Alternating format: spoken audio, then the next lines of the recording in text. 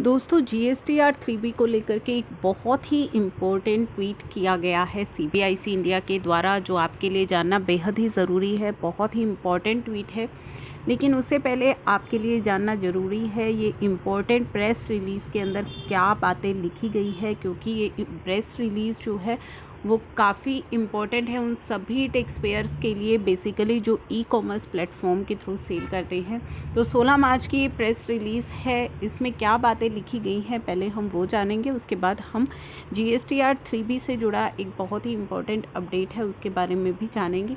तो यहाँ पे बताया गया है, an inspection was conducted on the tax payer registered in Jagadhri Yamuna Nagar.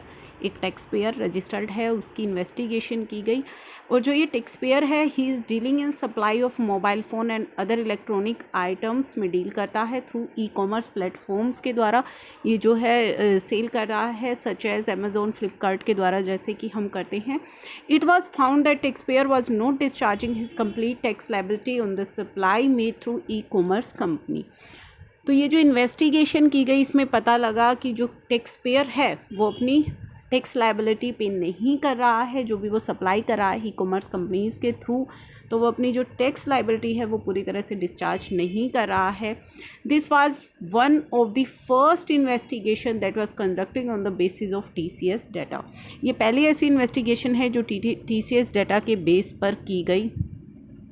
Through analysis of TCS data के एनालिसिस से ये पता लगा, it was found that a gap of more than 10 crore existed between the taxable value declared by taxpayer in GSTR 3B and net value on which TCS was collected by e-commerce company for two different entities of the same taxpayer। तो basically यहाँ पे इस investigation में पता क्या चला, जो TCS data था उसके एनालिसिस से पता लगा कि जो टैक्स पेयर अपनी GSTR 3B के अंदर जो अपनी लायबिलिटी डिक्लेयर कर रहा है, जो टैक्सेबल वैल्यू दिखा रहा है, और जो नेट वैल्यू जिस पर कि ई-कॉमर्स कंपनी ने TCS कलेक्ट किया है, उसकी दो सेम एंटिटीज से उनके बीच में 10 करोड़ का जो है डिफरेंस है, 10 करोड़ का गैप आ रहा है।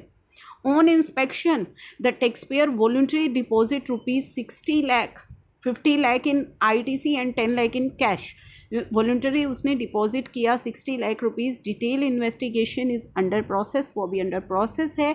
एंड इट इज़ एडवाइज्ड, इस प्रेस रिलीज के अंदर ये एडवाइस दी गई है, it is advise that the supplier who are selling good through e-commerce company, जो भी ऐसे सप्लायर हैं जो ई-कॉमर्स कंपनी के थ्रू अपनी सेल कर रहे हैं, सच एज अमेज़ोन, फ्लिपकार्ट के द्वारा कर रहे हैं, और service to commerce platform deducting TCS such as Swiggy, Zomato shall pay their tax dues as their actual turnover के बेसिस पर पे करें to avoid the interest penalty and other penal action under the HGST act 2017।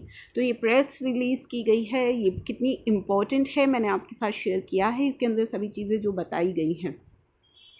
तो अब GSTR 3B के अंदर एक important clarification दी गई है CBIC इंडिया के द्वारा। दोस्तों, अभी तक ये एक सवाल बना हुआ था कि हम जो अपना ITC है वो किस बेसिस पर क्लेम करें, क्या 2A के बेसिस पर करें, 2B के बेसिस पर क्लेम करें।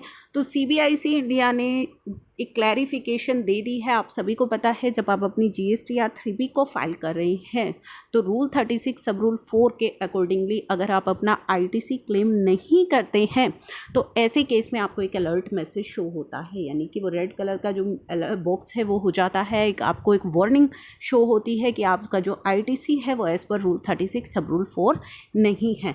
अब सवाल ये आ रहा था कि रूल 36 सब रूल 4 जब आप यूज़ करेंगे, इस रूल को कहाँ पे आप किस बेसिस पर आप अप्लाई करें, क्या 2A के बेसिस पर या 2B के बेसिस पर।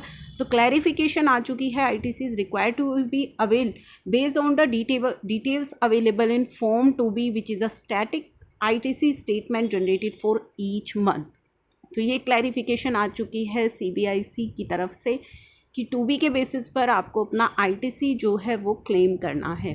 तो ये था छोटा सा एक बहुत ही इम्पॉर्टेंट अपडेट आप सभी के लिए।